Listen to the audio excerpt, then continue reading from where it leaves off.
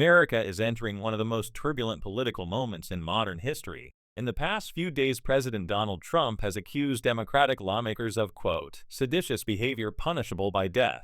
This statement has sent shockwaves through Washington and raised urgent questions about the stability of American democracy.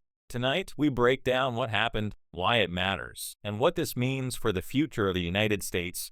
This is not just politics. This is a struggle for the soul of the nation. Late at night, in a series of online posts, President Trump accused several Democratic lawmakers of sedition. He suggested that their actions were, quote, punishable by death. Let that sink in. A sitting president accusing political opponents of a capital crime and implying the harshest punishment available under U.S. law. This kind of language has rarely, if ever, been used in modern American politics. And for many lawmakers, it crossed a line that cannot be ignored. Democrats condemned the remark immediately, but what followed raised the stakes even higher. Arizona Senator Mark Kelly, a former astronaut and Navy captain, issued a public warning, not to Congress, not to the White House, but to the United States military and intelligence community. He said clearly and firmly, do not follow any illegal orders. This is not something senators casually say. This is a message delivered only in moments of national tension, moments when democratic norms feel at risk, when a senator has to remind the military of its oath to the Constitution. You know the situation is serious. Kelly's warning suggested that he believed Trump's rhetoric could lead to dangerous actions or attempts to use federal power outside legal boundaries. Senator Amy Klobuchar responded next, calling Trump's comments dangerous not only because of the words themselves, but because of what they could inspire. She noted that Trump has a massive, energized base, a base that has already shown a willingness to act on his words.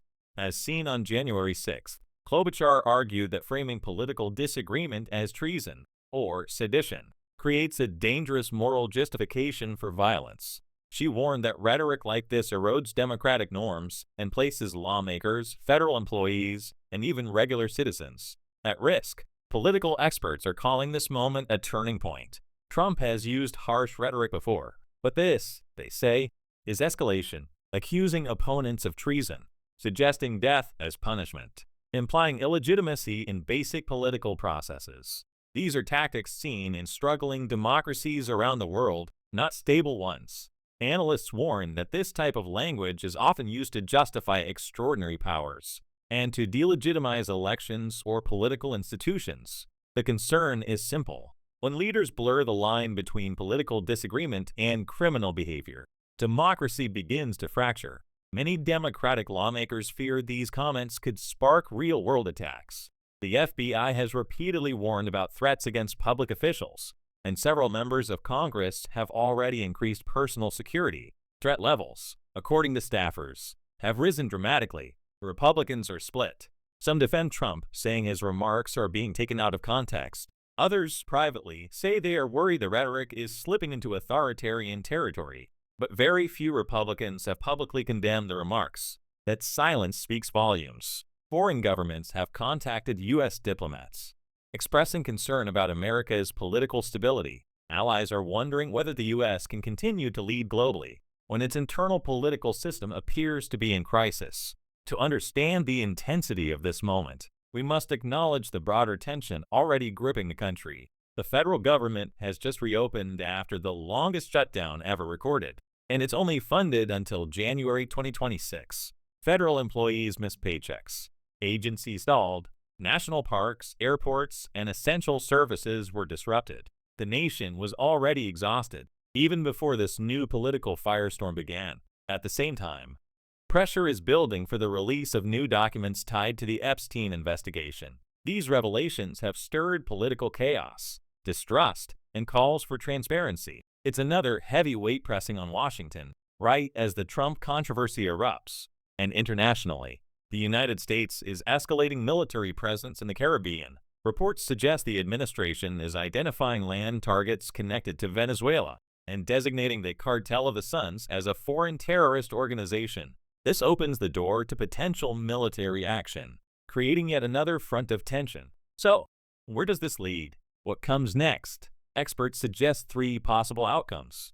Trump could escalate further, more aggressive rhetoric, more accusations of treason, more attempts to pressure or intimidate political opponents. This path risks violence, legal battles, and constitutional crisis. Congress, the courts, or military leadership could push back. We already saw a glimpse of this through Senator Kelly's warning. If institutions stand firm, the country may avoid deeper crisis. Trump has occasionally backed down in the past, but only under intense public and political pressure. Without unified pushback, the escalation seems unlikely. The short answer is yes. Democracy depends on unwritten rules. You don't threaten political opponents. You don't call disagreement treason. You don't use the presidency to intimidate the other branches of government. When those norms collapse, democracies collapse with them. Political scientists call it democratic backsliding. And the signs are clear: demonizing opponents, undermining institutions, justifying extreme measures, criminalizing dissent.